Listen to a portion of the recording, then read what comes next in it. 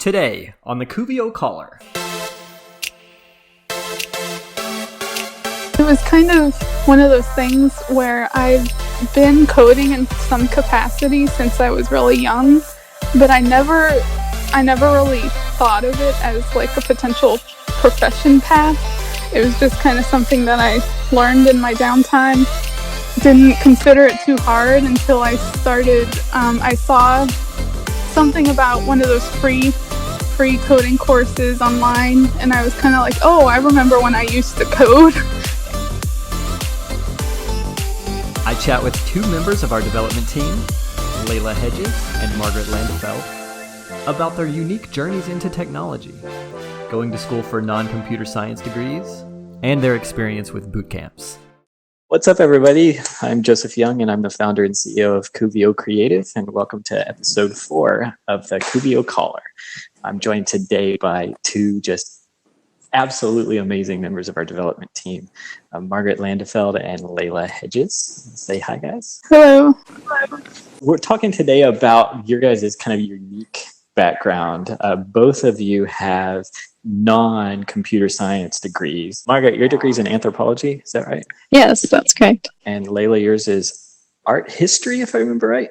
Yep.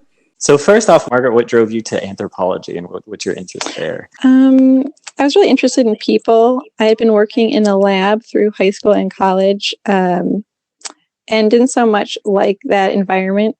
And I became really interested in medical anthropology for a while. So I decided to go with that since I hadn't found anything else that I was quite as interested in college. And Layla, how about you with art history? I don't know. I grew up going to museums a lot and was always interested in that. And then I took an AP art history class in high school. And it was one of those things where, you know, the teacher was really cool and the subject matter seemed really cool. And so I just kind of naturally jumped into it when I got to college. You know, just really enjoyed the subject matter. And that was that. And so the big question is, how in the world are both of you developers now? So I guess, Margaret, we'll start with you. It's like what was it that kind of guided you to kind of search for and then sign up for your bootcamp?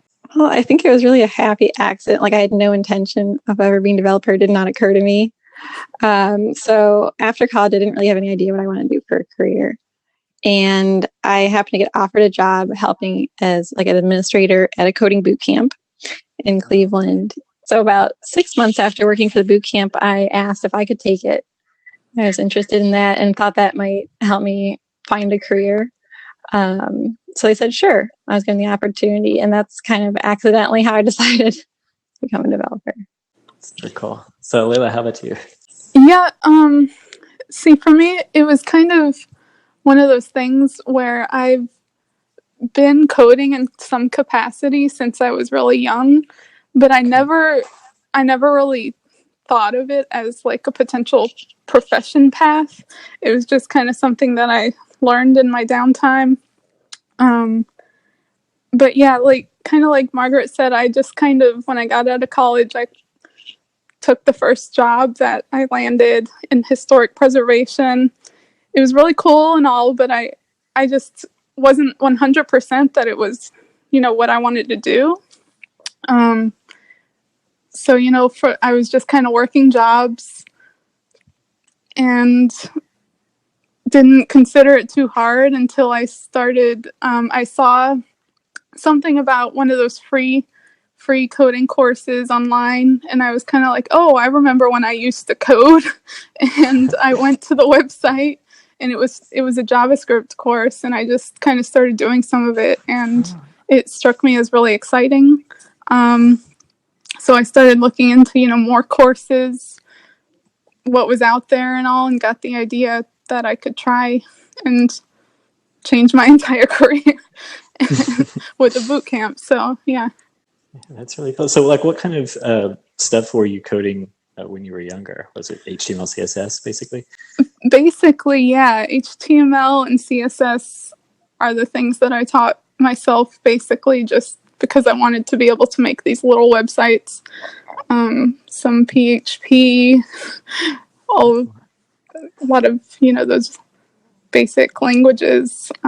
Yeah. Margaret, how about you? Was the boot camp your very first introduction to coding, or had you been into It really was. I mean, I knew how to use computers well, but I really had not delved deeper at all. I had a lot of friends that were engineers, though, because I went to a very heavily engineering and computer science college course. So I talked to a lot of people, knew about coding, and I talked to them about it. But the boot camp was the first time I actually tried to build a website or really used anything at all. So I actually remember specifically finding your, Margaret, your portfolio that you had posted online, and was just blown away by the depth of architecture and the way that like you would kind of immediately from the beginning, every single thing that you posted on there was just this full stack solution, like all the way from the back end all the way up to the front end and it was C# based, because I think your bootcamp was C# based, right? Whereas Yep. Layla's yours was JavaScript and React based, right? And so it was my first kind of introduction to what the result of a boot camp could be versus a computer science course. And ever since then, I've been like, what? Because my background is computer science. And I remember the kinds of stuff that I was taught, which was much more theoretical, didn't learn a lick of C#. The only languages we really learned were PHP, but just barely scratching the surface. It was mostly theoretical. But then both of you have much more of a capacity, the direct capability to program in languages and to think about the architecture, to think about like what languages are best used for what, and just much more of a kind of practical, hands-on viewpoint about code, which is what contributes so well to the quality of the code for both of you, that I think is really rare, and it makes me so interested in the kind of boot camp path versus the computer science path. And so like what was your like, so I guess Margaret, we'll start with you. What was your experience like day to day in the boot camp? Like what did they start with, and kind of how did they progress you through so that you could see all the pieces that kind of were intertwined together, and all the different kinds of languages you had to learn, and where everything was hosted, especially starting from nothing like you did? Yeah, I'm trying to remember. So really started with the basics with C#, I believe, and just an introduction to what code was. So it really helped me that it really was the basics at the beginning. And we pretty quickly learned backend, and then we got into HTML, CSS, and JavaScript. But it was very quick. With just learning, I felt like a little bit enough that you could continue on to the next section, the next technology. And then wrapping it all up, you were able to put each piece together to create a whole website. And I remember at the beginning of the boot camp having no idea, like, how is that possible I could be able to create a website? It just seemed so mind-bogglingly complex. But I think learning about each piece, even though it wasn't very in-depth, I think it really helped demystify the whole process. Yeah, and you specifically identified yourself at the end as a full stack developer. Like, was that the goal of We Can Code It? To I think so. Yeah, be able to do a little bit of everything.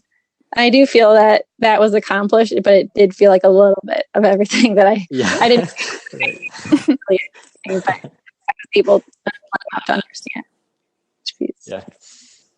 So Layla, how about you? Was yours tailored for people who like had no coding experience, or was it more for people who knew a little bit, and then you had to and then they kind of picked up where you left off?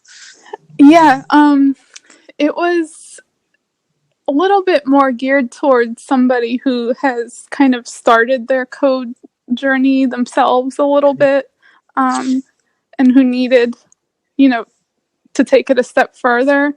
For our program, you had to kind of do self-guided learning for a while, and then you had to kind of do some practice, some problems and all, and that was part of the admission process. And then you started the program actually started at home for the first part, and you were part of a remote group that was learning, and then you went to on campus, and yeah, it was really fast paced learning. Every day we would go in and we would have a new thing we were learning. Like Margaret said, it was kind of like, you know, a lot of everything was packed in there. We would start with the lesson in the beginning where they would talk about the topic, answer any questions, and then we would move right into coding. Whatever we just learned, we were applying it to something. Little projects that we put together to learn the different things. That worked really well for me. So Layla, was the end goal of your boot camp React specifically? Like, did they introduce you to, like, was that kind of the like, and did you learn vanilla JavaScript before that to kind of progress into React? Yeah, I would say the primary star of the program was JavaScript. That was Okay. everything was kind of built around that. So like we learned like Express and PostgreSQL, Okay. things like that, along with the React, Redux, those sort of things. And so,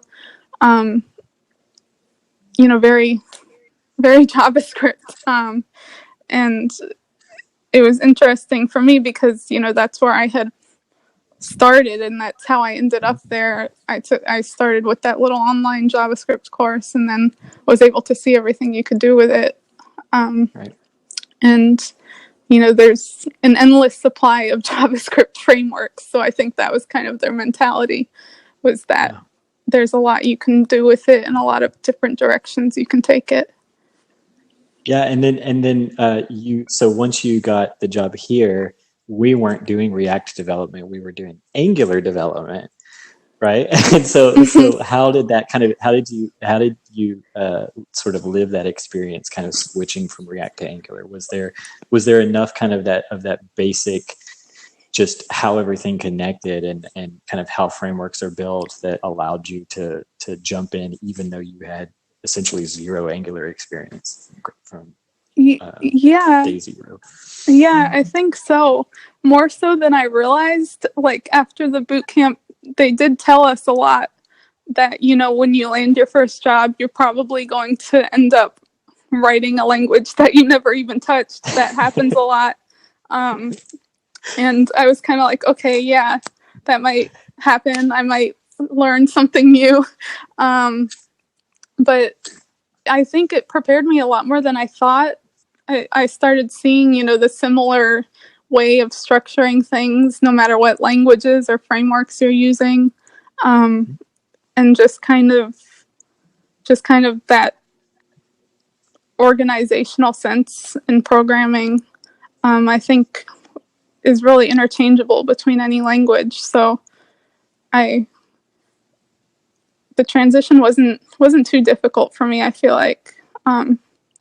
Yeah, and I feel like one of the most kind of unique and helpful experiences, even to me, that we've had several conversations about, is I love to pick your brain on things that you feel like React does better versus what you feel like Angular has done better, based off of having had experience, your initial experience being in one and then flipping all the way over to number two. It gives you that sort of unique experience of like, oh, well, this seems way harder in this one, but this seems way easier and this makes sense. And kind of it seems like, at least to me, out of the combination of kind of having seen both of those sides, you start seeing which patterns make sense for which circumstances, and immediately, like, you have now like a really interesting choice that you can make. Not like, I'm going to build this one page in React and this next one in Angular, but you can kind of take a lot of the philosophies from one and apply them to the other.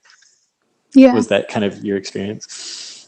Yeah, I think so. I mean, I very much had come from the React mindset of how to organize things, and then taking that and applying it to something different, but still kind of having that in the back of my brain a lot of the time, I think has made it an interesting experience as far as using the Angular, or even when I get into the C# and everything. I think it. Yeah, because you didn't know C#, right? None at all. None at all. In fact, I actually had somebody tell me that it was a scary language once, and I didn't know what to make of that. I was like, okay, but I haven't had any negative thoughts on it. So. Yeah. And so Margaret, like, I mean, I know that kind of yours revolved around C#. Did you also do SQL stuff as well, or database? Very little bit in order to get like little test projects up and running. So I did feel like I had some understanding of pretty much every aspect of the .NET like kind of ecosystem building a website. And what were the projects that were you working on? Canceris? Was that one of the first projects you were working on? Yes, I think so. Yeah. That was it. and so I think immediately the kinds of problems that you got were like, please solve this problem. And that problem immediately was C# backend, HTML, CSS front end, SQL database, in ASP.NET MVC. Did you cover MVC in the bootcamp? Yes, we used Visual Studio and MVC as well. It did seem like a natural progression. I was able to, like, I recognize that, and I was able to fairly easily do that. So how did you feel about the database side of things? Like once you kind of went full on into a production scenario where you kind of had to do full stack all the way from the beginning to the end. Like how was that transition? How did that feel to you? It still felt very scary. I think that handling a large amount of data rather than maybe a few columns, it did seem more overwhelming, and trying to understand it in a much more complex website. And I think it took a little bit to grasp how it all worked out. I feel like I got used to it fairly quickly, but at first it was a little scary ever making any changes. So Layla, how was your experience in that kind of transition, like between the boot camp style projects and the projects that you first took on here at Kuvio? Yeah, I still remember when I opened a Kuvio project for the first time and saw how much was in there. And I was like, oh my God, this is like 10 times as many files as were in my final project. And, it was a little daunting at first, but I think once you kind of figure out the structure of things and the MVC and the typical ASP.NET kind of setup, you start it starts becoming more natural versus the structure of things that I was used to before. Being React, which wasn't, nothing we did was really super heavy on files or data. Right. And so it was kind of like, I was kind of like, wow, this is a real application. But it's been really cool getting to actually apply the skills that I've learned to, full structured applications. That was a really exciting, I think, rewarding thing after all the learning, all the learning in a smaller setting. Yeah, that's super cool. Did both of you? So I guess starting with Margaret, did you also cover hosting and source control as part of your bootcamp? So one of the things that I learned how to push to get the very basics of version control, but so I had been introduced to it, but not really on the level that I started using it. I started my job. Okay, how about you, Layla?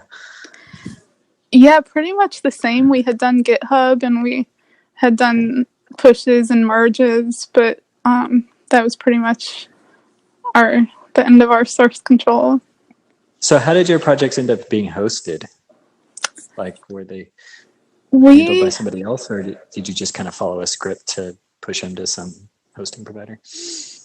Well, there was a little bit of that. We also used Heroku for a few things.